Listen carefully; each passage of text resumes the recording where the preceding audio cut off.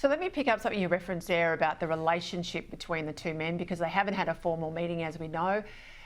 We've got this issue, we've got the tariff issue, we've obviously got this brouhaha about defence funding. Our Prime Minister will be at the G7 in Canada next week, so obviously will be Donald Trump. What surprises me, we are one of the last serious countries to have a sit down with the new president. They're hoping for a pull aside, which you and I know, but viewers at home may not know, is just an informal grab between the two people walking down a corridor at the margins of another group meeting. Now, have we asked for a formal meeting? Has it been rejected? Because I would be very surprised. The government in Australia should be seeking a formal sit-down meeting, given we haven't had one. And the fact that we're not having one, that we're talking about a pull aside, says to me the relationship's not in good shape. Yeah, I think that's a fair inference, Peter. But I would share the blame equally here between Albanese and Trump. Trump makes it very difficult for people now to want to go to Washington. Albanese said before the last election that he would make it a high priority to go to Washington soon, but then Trump subjected a number of his visitors to kind of humiliating and bizarre performances in the White House in public. I mean, you never used to have to go through this gauntlet. You know, John Howard didn't have to do this with Bill Clinton or anything like that. And so people are now reluctant. They're high risk and high reward, these meetings with Trump. And if you're very powerful, Trump will pay you some deference, like the President of France or the Prime Minister of Britain. But we are not powerful enough to take any of that deference you know, for granted. And if anyone asked Trump, is Australia spending enough on defence, he'd say no. So it's sort of cowardly of Albanese not to go to Washington and, you know, make a bigger deal of our agenda across the administration and across the Congress. Or even just do it in Canada. On the other hand, Trump... Even just do it in Canada. Yeah, or even just do it in Canada. Absolutely. Yeah, you're right. Try to have a proper formal meeting in Canada. But if he went to Washington, he'd do a lot more than just seeing Trump. But he should have a formal meeting. He's obviously scared of a formal meeting. I don't think this is quite satisfactory from the Prime Minister, because you can't just curl up into the fetal position and hope the American president doesn't notice you for 3 years. I honestly think the trade stuff is not worth two bob. I wouldn't expend any energy on trying to get these tariffs lifted. I think Rudd is doing a very good job there, and if he can get some sort of deal with the administration, well and good.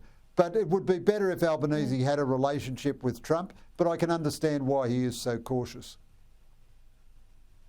Let's go to what's happening in Los Angeles. It's now spread to other areas. We know there are protests in New York and Chicago.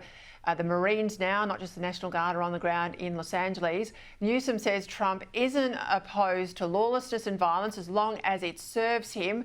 We expect, and that's certainly the rumour, that Newsom may run as a Democrat, certainly at the next presidential election. Have a listen to his comments. Authoritarian regimes begin by targeting people who are least able to defend themselves, but they do not stop there. All right, how's this going to play out? Well, I think it suits both Trump and Newsom, really. In American politics, you win by energising your base, and it energises the base of both Donald Trump and Gavin Newsom. I think they've both behaved pretty poorly.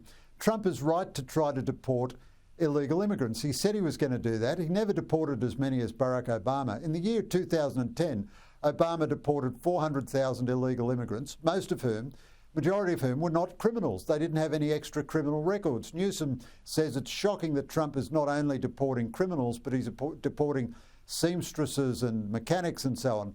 But the thing is, if you are in America illegally, you are subject to deportation. And the Americans have gone through having amnesty after amnesty after amnesty, saying, all right, we'll accept everyone who's here already, but anyone who arrives from tomorrow onwards illegally will get deported. And then the courts and the sanctuary cities and the uncooperative democratic city and state administrations make it impossible to deport people. This is a big crisis right throughout Western politics.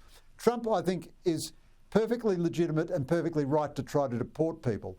I don't know what the point of deploying 300 Marines was, and all the violence that we're seeing on the streets of America in the last couple of days is not between Trump's National Guardsmen and demonstrators, it's between city police forces trying to protect their neighbourhoods.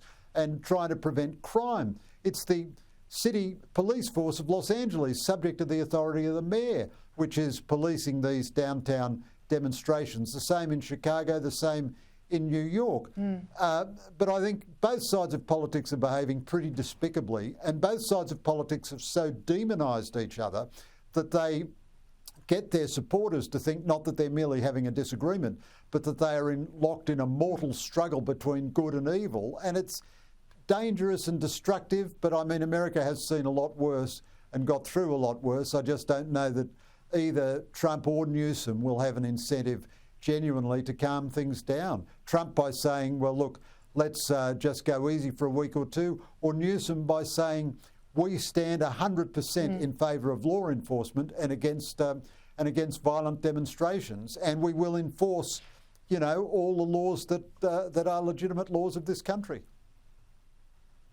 Yeah, I feel like we watched this movie before with Black Lives Matter. You know, one rule for the left and another rule for people, lawful people on the right.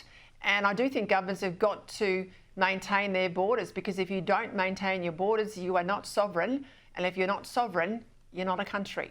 We'll leave it there, Greg. We'll catch up again next week.